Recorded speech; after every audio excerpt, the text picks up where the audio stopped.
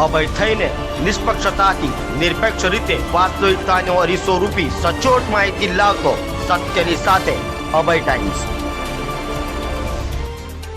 સુરતમાં ફરી હની ટ્રેપનો બનાવ સામે આવ્યો છે, જેમાં મિત્રને મહિલા લાવ્યો હોવાનું કહી બોલાવી નકલી પોલીસ સાથે મળી 75,000 પડાવી લેવાયા હતા। હાલમાં મામલે પોલીસે એક આરોપીને ઝડપી પાડ્યો છે।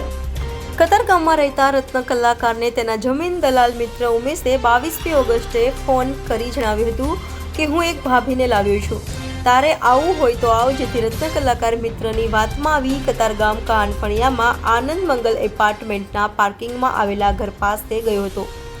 તે સમયે ઘર બહાર મિત્ર ઉમેશ ઊભો હતો અને રત્ન કલાકાર ઘરમાં ગયો તો એક મહિલા બેઠી હતી।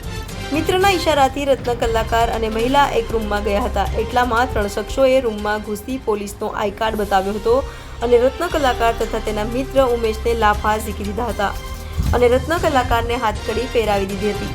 પોલીસ સ્ટેશન લઈ જવાની વાત કરી 3 લાખ માંગ્યા હતા। રત્ન કલાકાર સાથે રકઝક બાદ 75,000ની તૈયારી બતાવી હતી।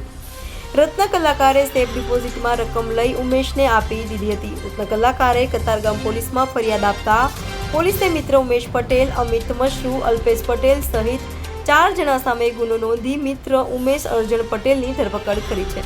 હની ટ્રેપમાં ઉમેશને 7,000ની રકમ મળી હતી।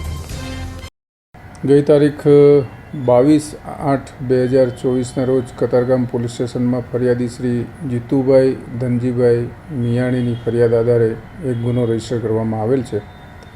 આ ગુનાની ફરિયાદ હકીકત એ પ્રમાણેની છે કે આ જીતુભાઈ મિયાણીના મિત્ર અને આ કામના આરોપી ઉમેશ અર્જણભાઈ ગોંડલિયા નાઓએ કતારગામ વિસ્તારમાં આવેલ આનંદ મંગલ એપાર્ટમેન્ટમાં આ કામના ફરિયાદીશ્રીને એક સ્ત્રી સાથે મુલાકાત કરાવી આ દરમિયાન અન્ય 3 અજાણ્યા આરોપીઓએ આ એપાર્ટમેન્ટમાં પ્રવેશ કરી અને પોતાની ઓળખ પોલીસ તરીકે આપી આ કામના ફરિયાદીને 2-3 ઝાપટો મારી દીધેલ અને દુષ્કૃત્ય કરો છો એવી ધમકી આપી એની પાસેથી પોલીસ કેસ નહીં કરવા માટે 3 લાખ રૂપિયાની માગણી કરેલી અને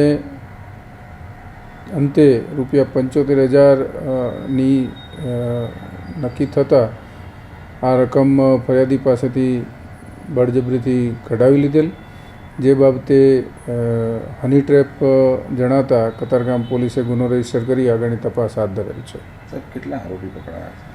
આમાં જે આરોપી ઉમેશ અર્જણભાઈ ગોંડલિયાની પોલીસે ધરપકડ કરી છે અને તપાસ દરમિયાન અન્ય 2 સંડોવાયેલા આરોપીઓ અમિત મનસુખભાઈ મસરૂ અને અલ્પેશ ઉર્ફે જીજુ જગદીશભાઈ પટેલના નામો તપાસમાં ખુલવા પામેલ છે, જેને અટક કરવા માટેની કાર્યવાહી હાલ ચાલુ છે।